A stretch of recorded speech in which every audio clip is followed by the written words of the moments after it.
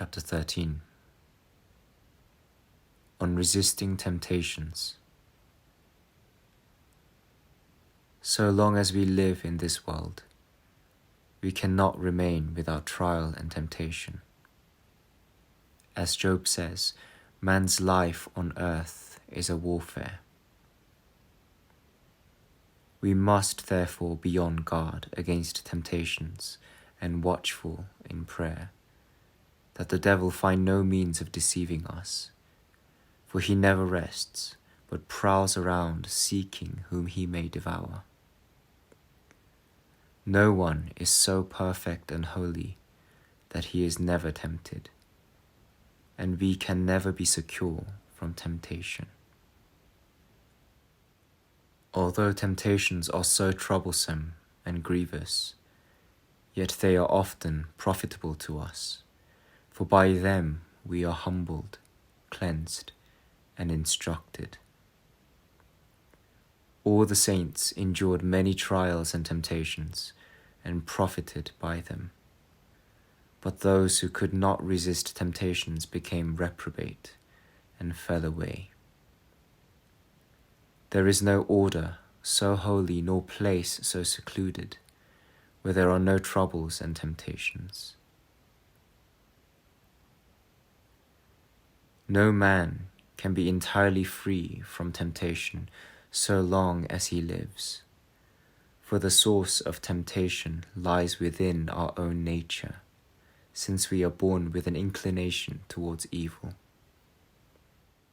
When one temptation or trial draws to a close, another takes its place, and we shall always have something to fight, for man has lost the blessing of original happiness.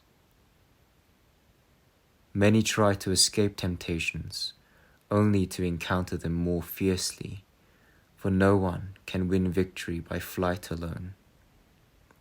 It is only by patience and true humility that we can grow stronger than all our foes.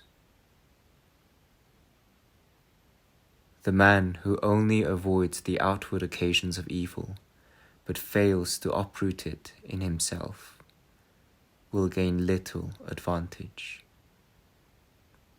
Indeed, temptations will return upon him the sooner, and he will find himself in a worse state than before.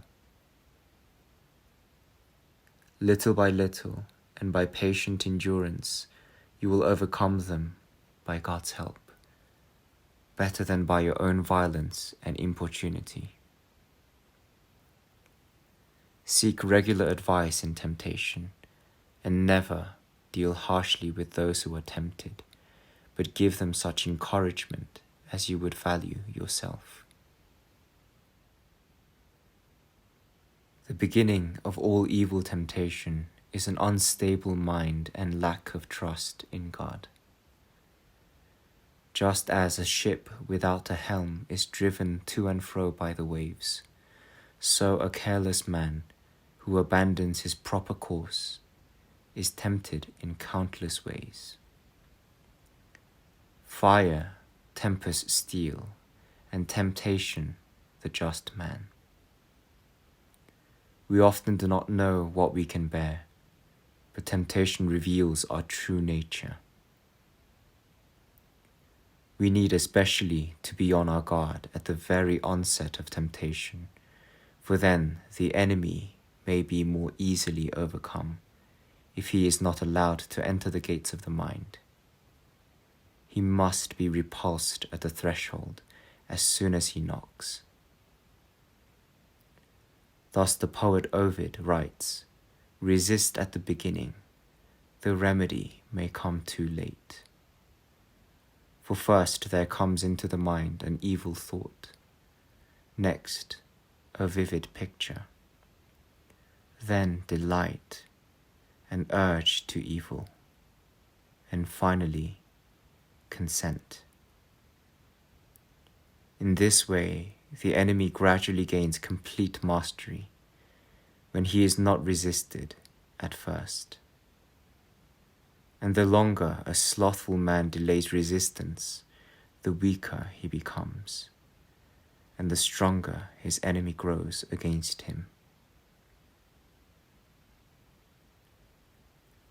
Some people undergo their heaviest temptations at the beginning of their conversion, some towards the end of their course. Others are greatly troubled all their lives, while there are some whose temptations are but light. This is in accordance with the wisdom and justice of God's ordinance, who weighs the condition and merits of every man and disposes all things for the salvation of those whom he chooses.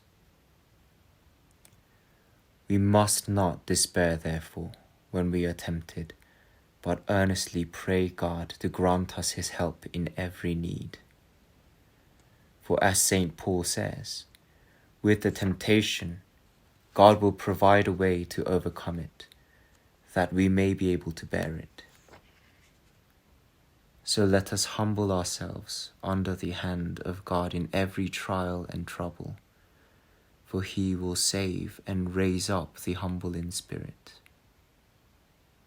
In all these trials, our progress is tested.